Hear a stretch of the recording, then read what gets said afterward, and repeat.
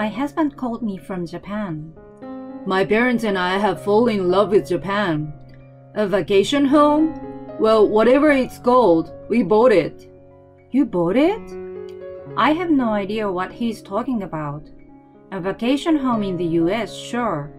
But a vacation home in Japan? I don't know what they are thinking. Has my husband lost his mind since he reached retirement age? My name is Olivia. I'm 52 years old. I work for a brokerage firm. I have loved money since I was a little girl. Watching the balance in my bank account grow little by little is a moment of bliss. When I tell my friends how much I love money, I get a lot of stares from them. Even as an adult, my love of saving has not changed, and I have been steadily saving money while working. I have increased my savings by occasionally investing them. Of course, there have been some failures, but I'm proud to say that I have been able to steadily build up my assets. My husband Lucas is a government employee. He is careless with money, but he's not the type to waste it. Since we got married, we have been gradually putting our spare money together. We have been investing our money together in a share account.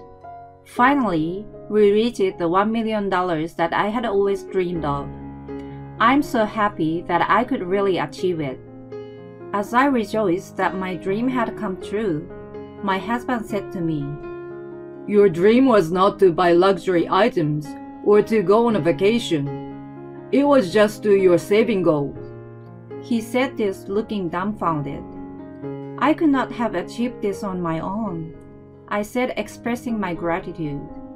This year, my husband, who is 8 years older than me, reached retirement age.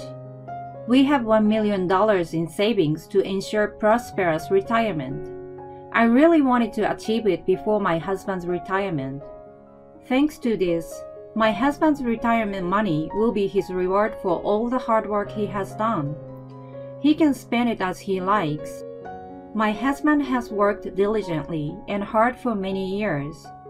From now on, I'd like him to take a little time out of his schedule and challenge himself to do something he hasn't done in the past. My husband was also thinking of taking the plunge and doing a variety of things after retirement. He decided to take his parents on a trip to Japan to repay them for their help in raising our children. That's great. Your parents will be very happy. They helped me a lot when our kids were young. It's a good chance to repay the favor. Can you take me and my parents with you? I asked him. No, you have a job to do. I'm sure your parents have to tend the garden too. He dismissed me with a tone that made light fun of my parents' family who are farmers. To be honest, my husband doesn't think well of my parents who are farmers in the countryside. It has been like this since the time we got married, so there is nothing I can do about it now. He has always liked to make fun of my own parents. Since my husband refused to take us on the trip, I ended up staying at home. Well, I suddenly have to work, so it was tough to take a 10-day vacation. Unfortunately, I gave up this time. Excluding our honeymoon, this trip to Japan will be my husband's first trip abroad. For my parents-in-law, this would be their first trip abroad. The three of them were so excited right from the preparation stage of the trip. They were asking what to bring, what the dress code for dinner would be, and so on the phone. I spent my time as usual, thinking how envious I was that they were having so much fun. I feel like I'm being left out of the group, and I'm starting to feel a little sad. My husband and his parents are staying in luxury hotel suites as recommended by the travel agency. They are also going on a cruise that will take them on a tour of Japanese culture. I'm wondering how much the total will be. I told my husband he could spend his retirement money however he wanted. I thought to myself by trying to calm down. But when I heard their happy voices on the phone every night, I couldn't help but feel like saying a sarcastic remark to them. I try to remain calm. I don't want to get into a fight before they leave. And the day finally came for them to depart. I took the three of them to the airport. I was asked to drive them there like it was the obvious thing to do. I asked them why they don't take a taxi, and then, "You have no kindness for my parents. That's terrible," is what Lucas said to me. So I ended up dropping them off at the airport. I told them I couldn't take them because I had to work. I was a bit mortified that they would make me take time off work to pick them up and drop them off. On the way there, contrary to the three of them who were excited to leave, I felt more and more alone. My husband did not notice at all. When we arrived at the airport, I helped my parents-in-law with their luggage and check-in. Finally, I was able to see them off. I was relieved to think that I would be able to live quietly for a while. They arrived in Japan safely and sent me a happy report with pictures. Their hotel room was luxurious, with a view of Kyoto Daimonji characters in front of it, a living room, and even a dining room. I wonder how much it cost per night. As I was reading the report with some anger, they asked me, "Did you see the pictures? Isn't it a great room?" My husband called me up with pride, so I said, "How much money are you going to spend? Are you getting carried away?" My husband was instantly in a bad mood. "It's my money. I can do what I want. I'm having fun, and you are interrupting it by talking nonsense. Read the atmosphere." He hung up the phone, and I never heard from him again. 10 days later, my husband and in-laws returned home after the trip as planned. I picked them up at the airport. They didn't like the fact that I waited for them in a temporary parking space instead of at the arrival gate. All three of them did not speak at all in the car. What is this? I had to adjust my work schedule to come and pick them up, but this attitude, it makes me angry. I'm not their chauffeur. I drove on, frustrated. When I got home, my husband's complaints started again. "What the hell do you think you're doing? You lowered my spirits during the trip by saying stupid things. You didn't even pick us up properly. Don't get carried away." What? You're the one who is carried away. I did come pick you up. Why do I have to park the car and go to the arrival gate? You're not a child. Don't be ridiculous. I'm just soaking up the feeling of accomplishment after all the work I have done. I'm worried about my future if my wife doesn't have a shred of respect for me. With these words, my husband retreated to his room. What? Why is it my fault? What do you mean, the future? I'm the one who should be worried. I was so angry that I couldn't sleep at night for a while after that, and I couldn't get any work done. So, after 2 weeks of not talking to my husband, he said, "I'm going to Japan tomorrow, so please take me to the airport in the morning." What? Japan? Tomorrow? My husband is leaving for Japan with my in-laws, and I was confused. He had just returned from Japan the other day, and now was going to Japan again. And my in-laws are accompanying him again. I have nothing but questions about my husband's mysterious behavior. And they used me as a driver again. My in-laws did not even say thank you. How in the world am I being treated? I want to go to Japan too, and I want to take my parents with me. From the very beginning of our marriage, my husband has not thought well of my parents who live in the countryside. When he came to my parents' house to meet them, my husband, who grew up in the city, was surprised at how old the house was. On the way home after receiving my family's blessing to marry, he said to me, "I saw your mother's sunburned face. Unbelievable," he said. His mother is a city madam who is passionate about beauty and never misses a beauty salon or beauty treatment appointment. I was sad my mother was compared with such a person since my mother worked so hard. You should get her to look a little nicer for the wedding, my husband said, and I remember taking her to beauty salons and beauty parlors in a hurry. I'm glad that my mother was so happy to be treated like a princess. But then I remember the bad times.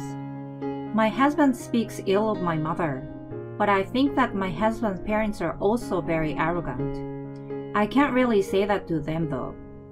Every year since we got married, we have invited my in-laws to dinner on Mother's Day, Father's Day, and birthdays.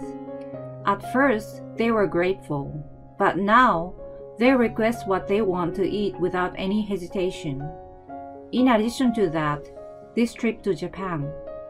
I wanted to have dinner with my parents as well, but my husband didn't take it well. He told me, "You should not be so attached to your parents when you married me." So my dreams stayed unfulfilled.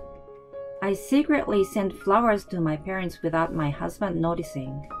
My parents are just happy that their daughter is well taken care of. They tell me not to worry about them. Whenever I call my parents, I make sure my husband doesn't see me. I feel that I'm putting a burden on my parents. When I apologize for the inconvenience, they say, "Don't worry about it. That's the way it is when you get married." But my parents are old. I would like to show my appreciation in some way, but it is not going as smoothly as I wish. Well, my husband left me alone and traveled to Japan for the second time. I later learned that during the first trip, a local tour guide introduced a real estate agent to my husband and his parents, who were excited about Japan and wanted to live there. My husband got carried away. He told them that he had a lot of money in savings and retirement. I feel that he might have been a sucker. So the real estate agent and the tour guide took them for a ride. I think he was preparing to buy a property by opening a bank account at the local bank during the trip. Once he was ready, he returned to Japan and transferred the funds from the brokerage firm. I wish he has consulted me at that stage, even if it was just for a few words. It's a matter of hindsight, isn't it? 2 days after he left for Japan for the second time, I received a call from my husband. I didn't think it was a good call from my husband, who left with such an attitude. I answered the phone brusquely. "What? What's with your voice? Are you mad at me?" "Of course I am. What do you want? I'm at work." "I need you to transfer some money to the account I'm about to give you. I need 100K urgently." "What? 100K? What even is this bank?" "It's a Japanese bank. The broker's commission for buying the villa was higher than I expected." I was completely overwhelmed by all of this information. I couldn't think of anything else to say. I wonder if elderly people who get scammed by bank transfer scams are like this. At any rate, I thought he might not be able to come home without the money, so I decided to do as my husband said. I tried to follow the procedure as my husband told me, but when I saw the balance in my savings account, my eyes went completely black. Wait a minute, what? Why? The 1 million that I had worked so hard to save had been wiped out. Now it was showing almost zero balance. I checked my account history and found that all my mutual funds and stocks had been sold. The funds had been transferred to the Japanese bank where I was about to deposit the money. Was my husband temporarily returned to Japan for this procedure? Without consulting me, I will never forgive him for this. They were about to successfully purchase real estate with the money I deposited. My husband returned home with great satisfaction. I urged him to sit on the sofa. "What's this Japanese villa? What did you do with the money we saved together?" I asked, holding back the urge to yell at him. My husband seemed completely oblivious to my anger. He was still in a good mood. "Think of all the fun we will have when we get old and can go to Japan anytime we want, huh? You have something to look forward to, don't you? Let's go together next time. What are you talking so carefree about? Why do you think I'm just going to? I was so confused about what to say that tears just started to well up. I'm sorry, it was selfish of me. But why don't you go with me when you retire? We can live over there if you want. No matter what I blamed them for, there was nothing I can do about the money that was gone and the real estate that remained. Why am I going through this? Every time I thought about it, I felt depressed, and I was getting more and more depressed day by day. I decided to break it off as much as I could so that I would not have to go on like this. After that, my husband started going to Japan once every 2 months. I thought maybe he was having an affair, so I looked into it. Apparently, he goes with his parents every time. The first summer after purchasing the vacation home is approaching. I want to take my parents to Japan for a long vacation. We want to go see the villa. I asked him. What? You want to go with your parents? Japan doesn't suit country people. Me and my parents are going on a long vacation, so we don't have a room in the first place. Since you spent my money, I have the right to use the villa, don't I? What do you mean, my money? Your parents are strangers to my family by blood. That's why I won't let you take them there, and why I won't let you use it. By blood? What are you talking about? Well, I'm not connected to your parents by blood either. Does that mean I can't go? I guess that's what it means. I see, so that's how you thought of it. So my parents and I are strangers to you. That's an obvious fact. How could he say such a terrible thing with a goofy smile on his face? My body was shaking with anger. I don't care what happens to you. What? Try to do whatever you want. I don't care. You said it. I will do it. Just watch me. I immediately applied for a paid leave of absence while my husband was in Japan. I sold my and my husband's cars, packed up our belongings, and left home. Since both cars were in my name, I could easily get rid of them. But since the house was in my husband's name, there was nothing I could do. So I changed the locks on the house.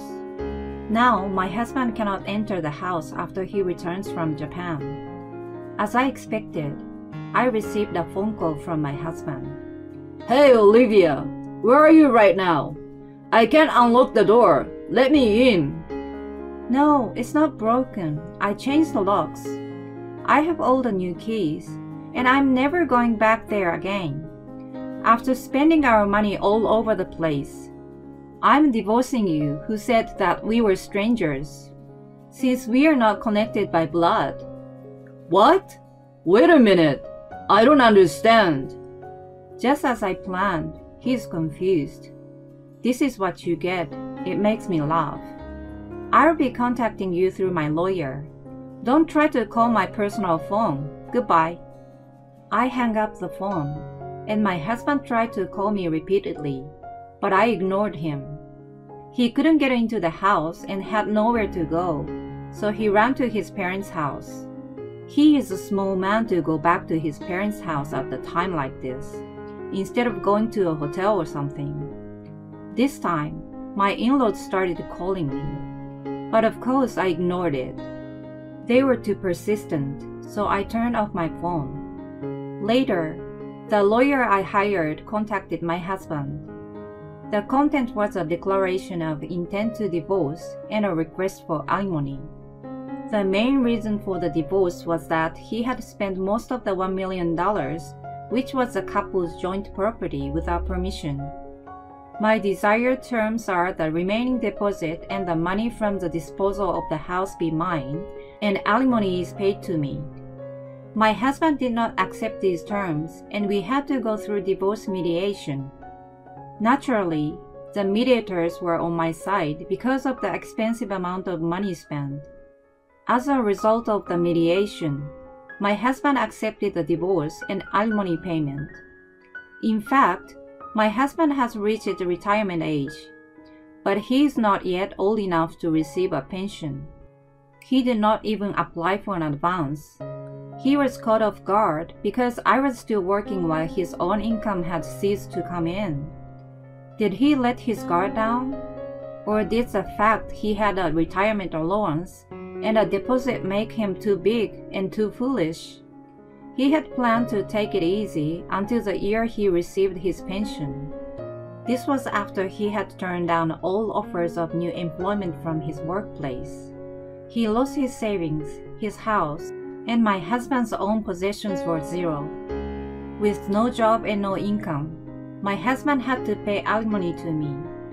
My husband seems to have become mentally unstable. He's treated as a burden by his parents, even though they readily accepted his hospitality when he took them out for meals or to Japan. I think it is terrible that they treat him like a burden. But I guess it is like childlike parent. The problem is the Japanese villa though. According to the lawyer, there are quite a few monthly maintenance fees. It has a large floor plan and a shared pool. They need almost $50,000 a month in maintenance fees. Nowadays, the villa is a vacation home that we cannot afford to go. To pay for the upkeep, my 60-year-old husband works day and night at the factory job. Even if he wanted to give up the villa, it would cost a lot of money to go there and to set up an intermediary.